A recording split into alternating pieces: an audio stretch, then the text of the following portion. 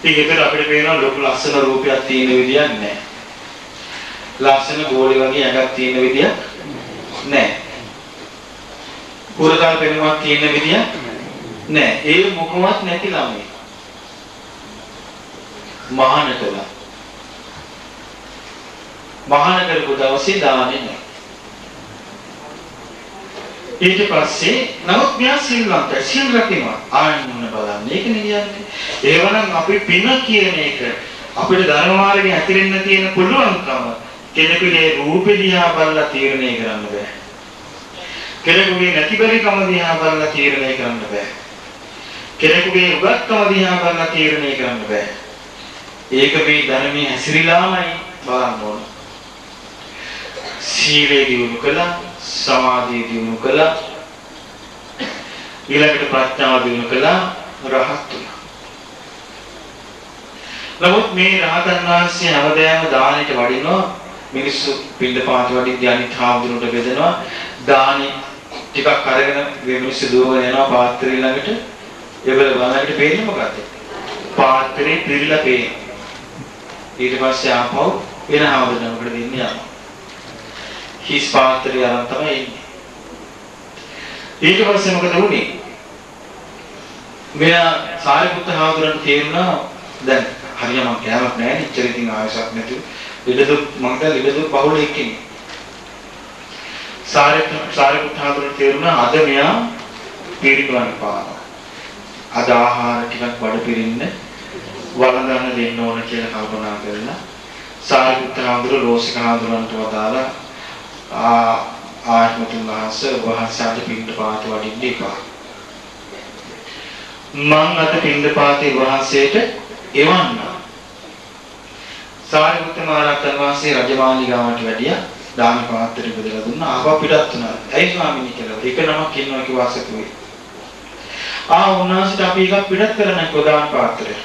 ඔබ වහන්සේ වැඩි කියලා වළඳන්නේ කිව්වා. ළමයට දුන්නා මේක අරගෙන ගිහිල්ලා ඇටි මේ අසපුවේ ඇටි ස්වාමීන් වහන්සේ නමක් ඒ ස්වාමීන් වහන්සේගේ අතට දෙන්න කිව්වා.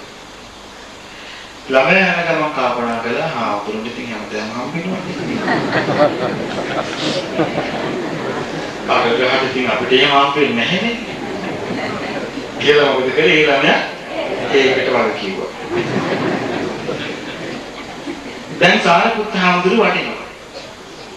වලට අර හාමුදුරුවෝ ඉන්න භාවනා කර කර වැළඳුදායි හිතුම් කියලා නෑ කිව්වා. ඒ දානෙව හම්බුනේ නැහැ කවුරුත් ආවේ නැහැ කිව්වා. සාරිපුත්ත මහරහතන් වහන්සේ මොහොතේ ආපහු වැඩියා. දාන පාත්‍රය අරගෙන ආයා වැඩම කළා. දැන් සාරිපුත්ත හාමුදුරුවෝ ඉක්මනට වළඳන නායකතුන් ගිරාවරට යන්න කලින් ස්වාමීනි මගේ අතට දෙන්න කිව්වේ පාත්‍රය බෑගේ අතට දෙන්න බෑ කිව්වා. මම අතේ තියාගෙන ඉන්නම්. ඔබ වහන්සේ මේකින් අත දාලා වළඳන්න කිව්වා. ඔන්න බලන්න කර්මවල හැටි. සංසාරේ යන්න ගියාම සිදුවන දේවල්. මේ හරි අනුවේදනීය සිදුවීම. සාරිපුත්ත මහරහතන් වහන්සේ පාත්‍රය අරගෙන ඉඳෙද්දී ඒ ලෝසක හාමුදුරුවෝ පාත්‍රයට අත දාලා දාහනේ වළඳනවා. තිඟුණාසි දා පිරිනවම් කරා. බුදුරජාණන් වහන්සේගේ ධර්මය හම්බුනේ නැත්නම් කොයිතරම් එන තාම සංසාරේ දුක් විඳිනවා. මොකද මේ අතීත සිදුවීම කාශ්‍යප බුදුරජාණන් වහන්සේ කාලේ පැවති වෙලා බලන්න ධර්මය අවබෝධ කරගන්න වහන්සේ ගත්තු නැති නිසා නේ ඔක්කොම. රහතන් වහන්සේ නම තමන් හිතේ කුටියට වැඩම කරලා මිනිස්සු ඒ රහතන් වහන්සේ ගැන පැහැදුනා. ඒ කුටියට උසාවින් වහන්සේ කිව්වා මේ බය වුණා දැන් ඉතින් දායකටික මෙයාට පහදිනවා කියලා. ඉතින් ඊට පස්සේ මොකද කළේ දවසක් දායකයෙක් ඇවිල්ලා ස්වාමීන් වහන්සේට දානට උභාසයේගේ කුටියට වැඩපර ආගන්තුක හාමුදුරුවෝ වඩම් මගලින් අපි හරිය පැහැදුනා කෝ උන්වහන්සේ ගැන. එතකොට මේ ආවරට ඇතුනේ මොකක්ද? ඊර්ෂ්‍යාව, තරහ, කමනාපය. මොකද කළේ? ඒ හාමුදුරුවෝ පාත්‍රය අරගෙන කුටියෙන් පිටත් වෙන්න ගෙඩියට ගහන්න තියෙනවා. ගෙඩිය ගහලා කියන්න ඕනේ යන්න පඩින්න කියලා. නියපොත්තේ ගිමේට තට්ටු ගලද්දි කියලා. තට්ටු ගලාට කාට දැනෙන්නේ? ඉතින් ගෙදරට ඒ හාමුදුරු වැඩියා. ආයෙත් ස්වාමීන් වහන්සේ ආගන්තුක ස්වාමීන් වහන්සේ වැඩියද කියලා. කොහේ ඉනවද මේ මම එළියට ගිහුවේ කාණක්වත් නැහැ. ඉදිරියන්නේ ටික. එහෙනම් දාන වන්දන දුන්නොත් පාත්‍ර දුන්න එන ඔබ වහන්සේ මේක ගිහිල්ලා ඒ ආඳුරණිකට පූජා කරන්න කිව්වා. මේ ස්වාමීන් වහන්සේ ගම කල්පනා කරලා එයාට දෙන්නේ මොකද මේක? දැනගම ගිනි ගොඩක් තියෙනවා. දැකලා ගින්නට හැදුවා මේක. හලනකොට අර රහතන් වහන්සේ ඉර්ධියෙන් දැක්ක.